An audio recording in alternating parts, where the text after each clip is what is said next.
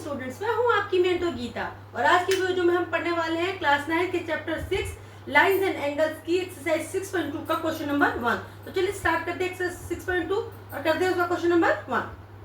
अब question number 1 में वो बोल रहा है in figure 6.23 if AB is parallel to CD and CD is parallel to EF and Y ratio Z is equal to 3:7, यानी Y और Z एंगल जो है वो 3:7 के रेशियो में है। तो हमें फाइंड क्या करना है, X फाइंड आउट करना है। तो चलिए सबसे पहले हम देख लेते हैं, हमें तीन लाइन दी हैं, ये AB, ये CD और ये EF, और इसको ट्रांसवर्स कर रहा है, L लाइन जो है ट्रांसवर्सल कर रही है। तो अब इसने बोला है कि AB क्या है पैरेलल CD के और CD क्या है पैरेलल EF के। तो हम ये लिख लेते हैं सबसे पहले AB is parallel to CD, CD is parallel to EF and Y ratio Z 3:7। ठीक है, ये दिया हुआ है। ठीक है, और हमें फाइंड क्या करना है, X हमको फाइंड करना है। तो सबसे पहले हम क्या करते हैं, जो रेशियो इसको कॉमन ले लेते हैं। हम यहाँ करेंगे कॉमन रेशियो। तो कॉमन रेशियो होगी आपकी, मान लीजिए X ले लिए, ओ सॉरी X तो यहाँ पर दिया हुआ है ना, तो हम इसे A ले लेते हैं। ठीक है, तो ये हो जाएगा Y हो जाएगा आपका 3A और Z हो जाएगा आपका 7A। ओके स्टूडेंट्स, चलिए अब वो क्या कह रहा है, वो कह रहा है कि AB पैरेलल है B के और सॉरी AB पैरेलल है CD के। तो मैं लिखते हैं AB पैरेलल है CD के। अब देखिए अगर ये AB लाइन है और ये CD लाइन है और ये दोनों आपस में पैरेलल है और ये लाइन इनको ट्रांसवर्स कर रही है, तो ये जो दोनों एंगल बन रहे हैं X और Y, वो कौन से एंगल कहलाएंगे, वो आपके कहलाएंगे को इंटीरियर एंगल। ठीक है, और को इंटीरियर एंगल्स का टोटल कितना होता है 180 डिग्री। तो हम यहाँ लिखेंगे X plus Y equal to 180 degree और रीजन क्या लिखेंगे हम इसमें, को इंटीरियर एंगल। ठीक है, चलिए अब ये हो गया।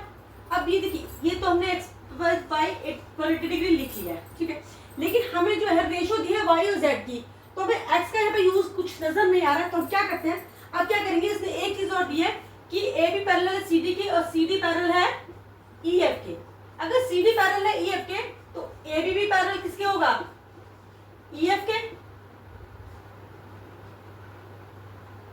ठीक है, ये भी पैरेलल EF के होगा। तो अगर मैं ये हटा देती हूँ लाइन, ये AB लाइन हो गई, ये आपकी EF लाइन हो गई, ये आपकी ट्रांसवर्सल लाइन हो गई। तो पैरेलल लाइन को जो ट्रांसफर लाइन काटती है, तो ये जो बनते हैं आपके एंगल्स, ये कौन से एंगल्स कहलाते हैं, ये कहलाते हैं ऑल्टरनेट इंटीरियर एंगल, जो कि क्या होते हैं, इक्वल होते हैं। तो इसलिए क्या हो जाएगा, क्योंकि AB पैरेलल टू EF है, तो यहाँ पर हो जाएगा X इक्वल टू Z और यहाँ हम रीजन क्या लिखेंगे,